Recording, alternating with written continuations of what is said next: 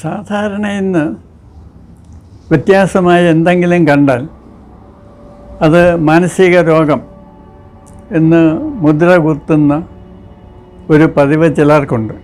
ഞാൻ നോർമലാണോ എന്ന് പലരും ചോദിക്കാറുണ്ട്. ഈ നോർമൽ അല്ല എന്ന് പറഞ്ഞാൽ പിന്നെ അബ്നോർമലാണ് അല്ലെങ്കിൽ ഭ്രാന്താണ് എന്നാണ് പലരും ധരിച്ചിരിക്കുന്നത്. ഈ നോർമൽ എന്ന് പറയുന്നത് സ്റ്റാറ്റിസ്റ്റിക്കൽ ആവറേജ് അല്ലെങ്കിൽ ഒരു ആവറേജ് മനുഷ്യനെ പോലെ എന്നാണ് വിവക്ഷിക്കപ്പെടുന്നത്. പക്ഷേ ഈ നോർമലിൽ നിന്ന് രണ്ട് ഡയറക്ഷനിൽ മൂവ് ചെയ്യാം. ഒന്ന് സൂപ്പർ നോർമൽ, വേറൊരു ഡയറക്ഷനിൽ മൂവ് ചെയ്യാം സബ് നോർമൽ. സാധാരണ അബ്നോർമൽ എന്ന് പറയുന്നത് ഈ സബ് നോർമൽ എന്നുള്ള അർത്ഥത്തിലാണ്. ഈ വൈകാരിക സ്ഥിരതയിലായാലും ബുദ്ധിശക്തിയിലായാലും ഈ നോർമലിൽ നിന്ന് ഉയർന്നു പോകുന്നത് എത്രയും നല്ലതാണ്. നോർമലിൽ നിന്ന് താഴോട്ട് പോകുമ്പോഴാണ് അത് പ്രശ്നമായിട്ട് മാറുന്നത്. നിങ്ങളുടെ ബുദ്ധി എത്ര കൂടുതലുണ്ടോ അത്രയും നല്ലതാണ്. അതുപോലെ തന്നെ വൈകാരിക സ്ഥിരത, ആത്മനിയന്ത്രണം ഇത് എത്രയും കൂടുതലുണ്ടോ അത്രയും നല്ലതാണ്. അപ്പോൾ സാധാരണയിൽ നിന്ന് വിഭിന്നമായിട്ടുള്ളതെല്ലാം ഭ്രാന്താണ് എന്ന് വിചാരിക്കുന്നത് തന്നെ ഒരുതരം ഭ്രാന്താണ്. അപ്പോൾ ഈ നോർമലാകാനല്ല നിങ്ങൾ ശ്രമിക്കേണ്ടത്, സൂപ്പർ നോർമലാകാനാണ് നിങ്ങൾ ശ്രമിക്കേണ്ടത്. പിന്നെ ഈ നോർമൽസിയിൽ നിന്ന് സൂപ്പർ നോർമൽസിയിലേക്കുള്ള പ്രയാണം പലപ്പോഴും പലതരം സംഘടനകളിൽ കൂടെ ആയിരിക്കാം. ഈ ഇംഗ്ലീഷിലൊരു പ്രയോഗമുണ്ട്, വാക്കിംഗ് ദ റേസേഴ്സ് എഡ്ജ്. അതായത് ഒരു കത്തിയുടെ പുറത്തുകൂടെ നടക്കുന്നത് പോലെയാണ് പലരെയും സംബന്ധിച്ച് ഈ സൂപ്പർ നോർമലിലേക്കുള്ള പ്രയാണം. പലപ്പോഴും ഇതിൽപ്പെട്ട് പലരും ഉന്മാദത്തിലേക്ക് അല്ലെങ്കിൽ ഭ്രാന്തിലേക്ക് വീണുപോയെന്നും വരാം. കാരണം നമ്മളെ തന്നെ മനസ്സിലാക്കാനുള്ള ശ്രമത്തിൽ പലപ്പോഴും ഈ നമ്മളുടെ ബാലൻസ് തന്നെ ചിലപ്പോൾ തെറ്റിപ്പോയെന്ന് വരാം. അങ്ങനെയുള്ളവരെ യോഗഭ്രഷ്ടന്മാരെന്ന് പലപ്പോഴും പറയാറുണ്ട്.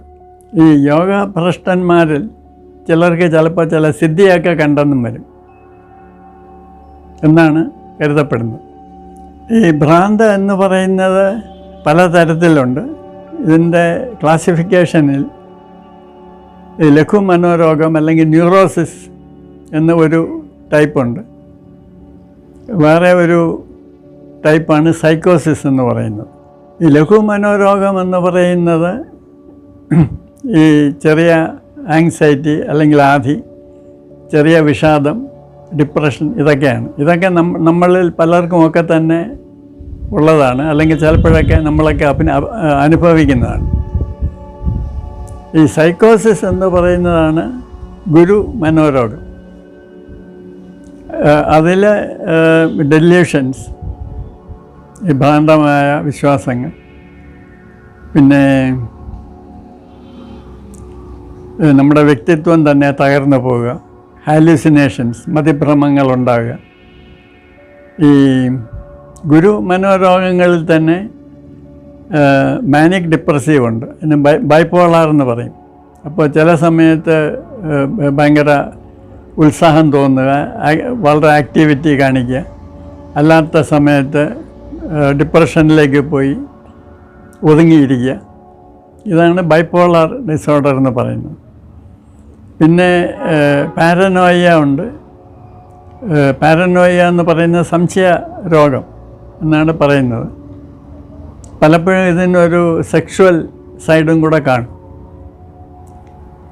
പിന്നെ പാരനോയ വളരെ ഗുരുതരമാകുമ്പോൾ പാരനോയിഡ് സ്കിസോഫ്രേനിയ എന്ന് പറയാം. ഈ സ്കിസോഫ്രേനിയാണ് ഏറ്റവും കൂടിയ മാനസിക രോഗമായിട്ട് വെച്ചിരിക്കുന്നത്. അത് വ്യക്തിത്വം തന്നെ ശിഥിലമായി പോകുന്നതാണ്.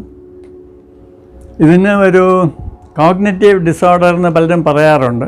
സ്കിസോഫ്രേനിക് തോട്ട് പ്രോസസ്സ്, അവരുടെ ചിന്ത തന്നെ വളരെ താളം തെറ്റിയതായിരിക്കാം. പക്ഷേ യഥാർത്ഥത്തിൽ ഇത് ഒരു എമോഷണൽ ഡിസോർഡർ ആണ്. എമോഷൻസ് ഇല്ലാതെ വരുന്നത് കോഗ്നേറ്റീവ് ഡിസോർഡർ എന്ന് പറയുന്നത് വാസ്തവത്തിൽ ശരിയല്ലെന്നാണ് എൻ്റെ അഭിപ്രായം. കാരണം എമോഷൻ ഇല്ലാതെ വരുന്നത് എമോഷൻ്റെ തന്നെ ഏറ്റവും ഗുരുതരമായ ഡിസോർഡറാണ്. അപ്പം നമ്മളുടെ വൈകാരികതയാണ് നമ്മളെ വാസ്തവത്തിൽ നോർമലായിട്ട് നിലനിർത്തുന്നത്. ഈ വൈകാരികതയ്ക്ക് പൂർണ്ണമായ നിയന്ത്രണം വരുമ്പോഴാണ് നമ്മൾ സൂപ്പർ നോർമലാകുന്നത്. അപ്പോൾ സ്കിസോഫ്രെനിക്ക് വികാരങ്ങൾ കാണിക്കുന്നില്ല എന്നുള്ളത് ഒരു ഇൻ്റലക്ച്വൽ ഡിസോർഡർ അല്ല, വാസ്തവത്തിൽ അത് ഇമോഷണൽ ഡിസോർഡർ തന്നെയാണ്. ഇമോഷൻസ് ഇല്ല എന്നുള്ളതാണ് സ്കിസോഫ്രെനിക്കിൻ്റെ വാസ്തവത്തിലുള്ള പ്രശ്നം. ചിലപ്പോൾ അമ്മ മരിച്ചു എന്ന് പറയുമ്പോൾ സ്കിസോഫ്രെനിക്ക് പൊട്ടിച്ചിരിച്ചെന്ന് വരാം, ഇനപ്രോപ്രിയേറ്റ് എമോഷൻസ് കാണിച്ചെന്ന് വരാം. ഇതൊരു കോഗ്നേറ്റീവ് ഡിസോർഡർ അല്ല, വാസ്തവത്തിൽ എമോഷൻ്റെ തന്നെ ഡിസോർഡറാണ്. നോർമൽ ആയിട്ടുള്ള വൈകാരിക പ്രതികരണങ്ങൾ അയാൾ കാണിക്കുന്നില്ല എന്നുള്ളത് ഒരു ഇൻ്റലക്ച്വൽ ഡിസോർഡർ അല്ല, നേരെ മറിച്ച് അത് അടിസ്ഥാനപരമായ വൈകാരിക ഡിസോർഡർ തന്നെയാണ്.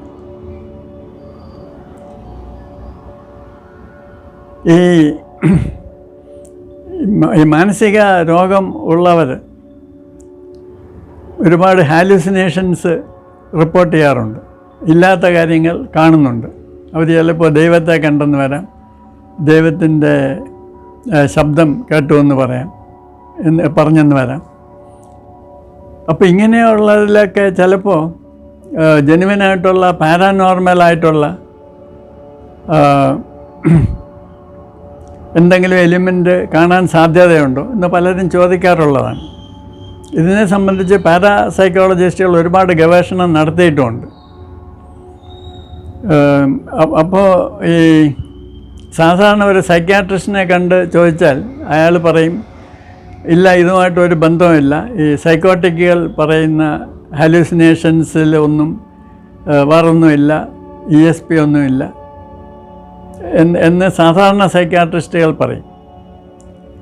പക്ഷേ യൂങ് എന്നൊരു ഡോക്ടർ ഉണ്ടായിരുന്നു. ഫ്രോയിഡ് കഴിഞ്ഞാൽ പിന്നെ ഏറ്റവും പ്രഗത്ഭനായിട്ടുള്ള ഒരു തിയറിസ്റ്റ് ആയിട്ടാണ് യൂങ്ങിനെ പരിഗണിക്കുന്നത്. യൂങ് ആണ് ഈ കളക്റ്റീവ് അൺകോൺഷ്യസ് എന്നുള്ള ഒരു കൺസെപ്റ്റ് കൊണ്ടുവന്നത്. യൂങ്ങിന് ഒരുപാട് പാരാനോർമൽ എക്സ്പീരിയൻസസ് ഉണ്ടായിരുന്നു. യൂങ്ങിന് പല വിഷൻസും ഉണ്ടായിരുന്നു. അപ്പോൾ യൂങ് വളരെയധികം ഇങ്ങനെയുള്ള കാര്യങ്ങളെപ്പറ്റി ആഴത്തിൽ പഠിച്ച ആളുമാണ്. അപ്പോൾ യൂങ് വളരെ ക്ലിയറായിട്ട് പറയുന്ന ഒരു കാര്യം, എല്ലാ വിഷൻസും സ്കിസോഫ്രെനിക് അല്ല. അപ്പോൾ ജെനുവിനായിട്ടുള്ള പാരാനോർമൽ എക്സ്പീരിയൻസസ് ഉണ്ടാകാം. അപ്പോൾ ഈ സ്കിസോഫ്രെനിക്കിന് ഇത് കൺട്രോളിലല്ല. പക്ഷേ ഈ ഒരു സൂപ്പർ നോർമലായിട്ടുള്ള ഒരാൾക്ക് ഈ വിഷൻസ് അയാളുടെ കൺട്രോളിലാണ്. ഇതാണ് തമ്മിലുള്ള വ്യത്യാസം. അപ്പോൾ ഈ സ്കിസോഫ്രെനിക്കിന് ഉണ്ടാകുന്ന ഹാലൂസിനേഷൻസ് അല്ലെങ്കിൽ മതിഭ്രമങ്ങൾ നമ്മൾ അനലൈസ് ചെയ്യുകയാണെങ്കിൽ അതൊന്നും റാൻഡം അല്ല, അതിനൊക്കെ ചില പാറ്റേൺസ് ഉണ്ട്. അപ്പോൾ ഇതിൽ കൂടെ ചിലപ്പോൾ ESPയും കൂടെ വർക്ക് ചെയ്തെന്ന് വരാം. പിന്നെ ഈ പൊതുവേ ഈ രംഗത്ത് പ്രവർത്തിക്കുന്ന പലരിലുമുള്ള ഒരു തെറ്റിദ്ധാരണ,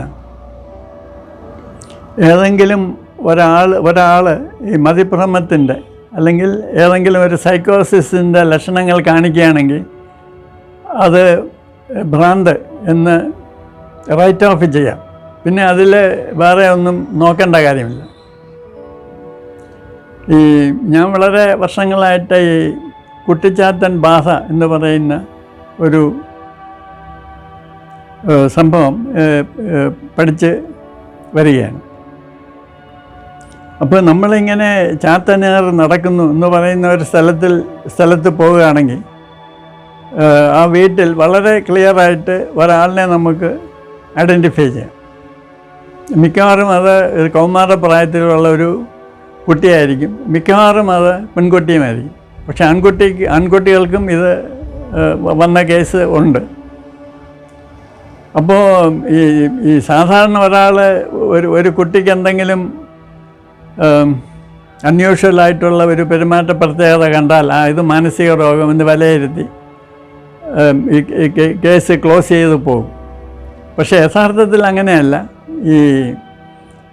ഈ ഉത്കടമായിട്ടുള്ള വൈകാരിക വിക്ഷോഭം തന്നെ ഒരു സ്റ്റിമുലൻ്റായിട്ട് പ്രവർത്തിച്ചെന്ന് വരാം. അതായത് സൈക്കോകൈനസിസ് ESP ഇത് പ്രവർത്തിക്കാനായിട്ട് പല കാരണങ്ങളുണ്ടാകാം. അതിലൊന്നാണ് വൈകാരിക സംഘർഷം അല്ലെങ്കിൽ വൈകാരിക വിക്ഷോഭം. അപ്പോൾ ഈ മാനസിക രോഗങ്ങളും ഈ പ്രക്രിയയുമായിട്ട് ഒരു ബന്ധമുണ്ട്. ഈ യഥാർത്ഥത്തിലുള്ള ഒരു സിദ്ധനും ഒരു മാനസിക രോഗിയും തമ്മിലുള്ള വ്യത്യാസം, ഒരു സിദ്ധന് ഇതൊക്കെ അയാളുടെ കൺട്രോളിലാണ്. പക്ഷേ ഒരു മാനസിക രോഗി എന്ന് മുദ്ര കുത്തപ്പെടുന്ന ഒരാൾക്ക് ഇതൊന്നും അയാളുടെ കൺട്രോളിലല്ല എന്നുള്ളതാണ് തമ്മിലുള്ള പ്രധാന വ്യത്യാസം. അതുകൊണ്ട് ഒരു കൗമാരപ്രായത്തിലുള്ള ഒരു കുട്ടിക്ക് ഒരു വൈകാരിക പ്രശ്നമുള്ളത് കൊണ്ട് തന്നെയാണ് പലപ്പോഴും അയാളിൽ കൂടെ ഈ സൈക്കോകൈനറ്റിക് എഫക്ട്സ് ഉണ്ടാകുന്നത്. അപ്പോൾ ചില സമയത്ത് കുട്ടി കൈകൊണ്ട് കല്ലെടുത്ത് എറിഞ്ഞെന്ന് വരാം. അതിന് നിവൃത്തിയില്ലാത്ത സമയത്ത് ചിലപ്പോൾ കല്ല് തന്നെ പൊങ്ങി പോയെന്നും വരാം. അപ്പോൾ കുട്ടിയുടെ അടിച്ചമർത്തപ്പെട്ട വികാരം അതിന് ഒരു നോർമൽ ഔട്ട്ലെറ്റ് കിട്ടിയില്ലെങ്കിലാണ് അത് സൈക്കോകൈനസിസ് ആയിട്ട് തീരുന്നത്. അതുകൊണ്ട് ഒരു കുട്ടിക്ക് ഒരു ഹിസ്റ്റീരിക് ഡിസോർഡർ ഉണ്ട് എന്ന് വെച്ച് അവിടെ ഇല്ല എന്ന് വിധി എഴുതുന്നത് ശരിയല്ല. അതുപോലെ തന്നെ ഈ പാരനോയിഡ് ഡെല്യൂഷൻസ്, ഈ പാരനോയിഡ് ഡെല്യൂഷൻസ് ഉള്ള പല ആളുകളെയും എനിക്ക് പരിചയപ്പെടേണ്ടി വന്നിട്ടുണ്ട്. ഉദാഹരണമായിട്ട് ഞാൻ താമസിക്കുന്നതിൻ്റെ അടുത്താണ് ടെക്നോ പാർക്ക്. അവിടെ ജോലി ചെയ്യുന്ന ഒരാൾ എന്നെ കാണാൻ വന്നു. ഇത് കുറേ നാൾ മുമ്പ് നടന്ന സംഭവമാണ്. അപ്പോൾ അയാൾ പറയുന്നത് ഇയാൾക്ക് വളരെയധികം സൂപ്പർ നോർമലായിട്ടുള്ള എനർജിയുണ്ട്. ഇയാളുടെ എനർജി മറ്റുള്ളവർ മോഷ്ടിക്കുകയാണ്. ഈ പല കമ്പനികൾക്കും ഒരുപാട് ലാഭം ഉണ്ടാകുന്നത് ഇയാളുടെ എനർജി ചോർത്തി ഉപയോഗിച്ചാണ്.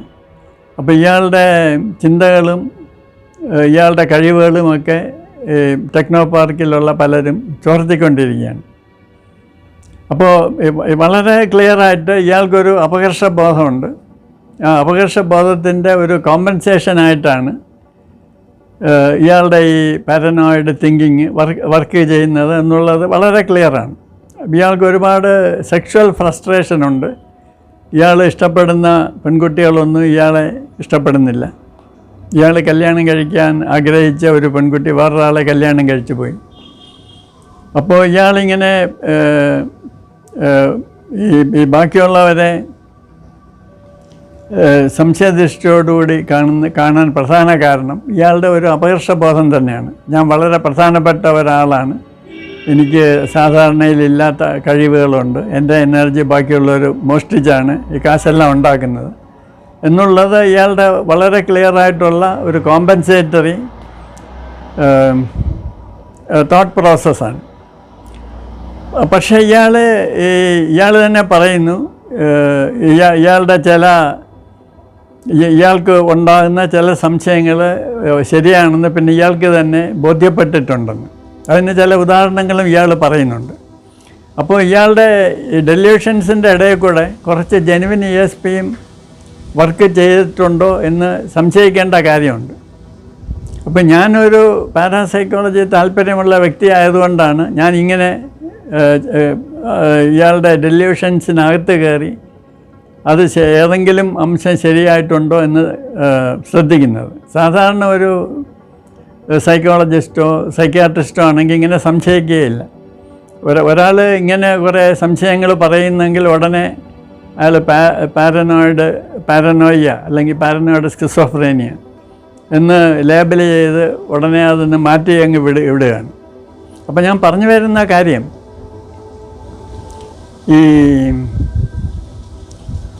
ഈ മനോരോഗം എന്ന് ഒരു ലേബൽ എഴുതിയത് കൊണ്ട് അതിലൊരു ജെനുവിനായിട്ടുള്ള ഒരു സൈ പ്രക്രിയ ഇല്ല എന്ന് നമ്മൾ വിധി എഴുതേണ്ട കാര്യമില്ല.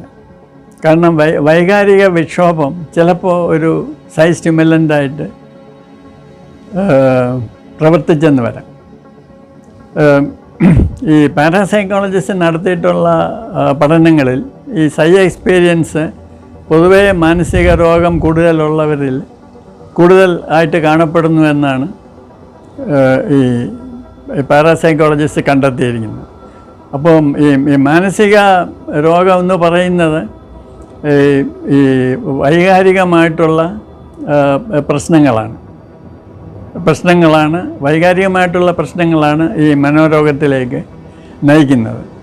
അപ്പോൾ വൈകാരികമായിട്ടുള്ള ഉത്കടമായിട്ടുള്ള വൈകാരികത ഒരു സൈ ട്രിഗറിങ് മെക്കാനിസം കൂടെയാണ്. അപ്പോൾ ഈ നമ്മൾ ഒരാൾ മാനസിക രോഗിയായിട്ട് മുദ്ര കുത്തുന്നത് കൊണ്ട് അതിനകത്ത് ഒരു സൈ ഫാക്ടർ ഇല്ല എന്ന് വരുന്നില്ല. നേരെ മറിച്ച് മാനസിക രോഗം ഈ സൈ എക്സ്പ്രഷന് ഒരു കാരണം കൂടെയാണ്. അപ്പോൾ എത്ര ഉത്കടമായ വൈകാരിക പ്രശ്നം ഉണ്ടെന്നുള്ളത് അത്രയും കൂടുതൽ ഒരു സൈ ഇൻവോൾവ്മെൻ്റ് കൂടെ കാണാൻ സാധ്യതയുണ്ടെന്ന് നാം മനസ്സിലാക്കേണ്ടതാണ്. പിന്നെ വേറെ ഒരു കാര്യം, ഈ സ്കിസോഫ്രേനിയ വളരെ കൂടുതലായിട്ട് വന്നിട്ടുള്ള ആളുകൾ, അതായത് സ്കിസോഫ്രേനിക്ക് എന്ന് ഡോക്ടേഴ്സ് മുദ്ര കുത്തി ട്രീറ്റ് ചെയ്തുകൊണ്ടിരുന്ന പല കേസുകളിലും അവരുടെ ഈ സ്കിസോഫ്രേനിയ കംപ്ലീറ്റ് ആയിട്ട് മാറിക്കഴിയുമ്പോൾ അവർ സൂപ്പർ നോർമലായി തീർന്ന പല കേസുകളുമുണ്ട്. ഉദാഹരണമായിട്ട് ഈ സൈക്കോസിസ് വളരെയധികം ഉണ്ടായിരുന്ന ആളുകൾ അവസാനം ഇതിൽ നിന്ന് പൂർണ്ണ മുക്തി നേടിക്കഴിയുമ്പോൾ അവർ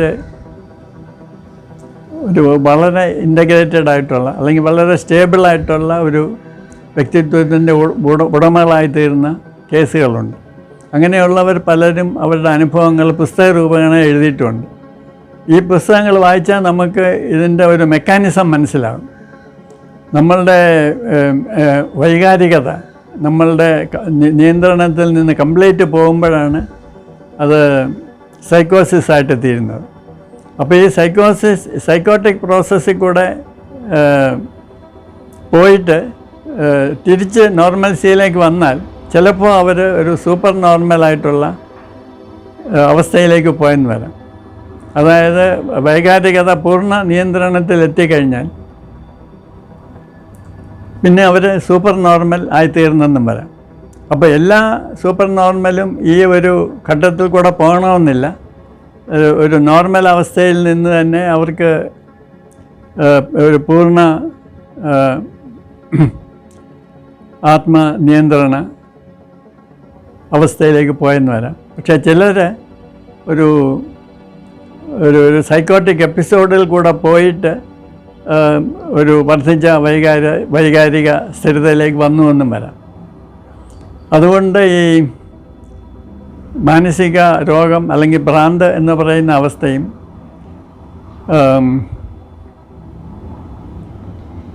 ഏറ്റവും വർദ്ധിച്ച ആത്മബോധവും ആത്മനിയന്ത്രണവും തമ്മിൽ പലതരത്തിലുള്ള ബന്ധങ്ങളുണ്ട്.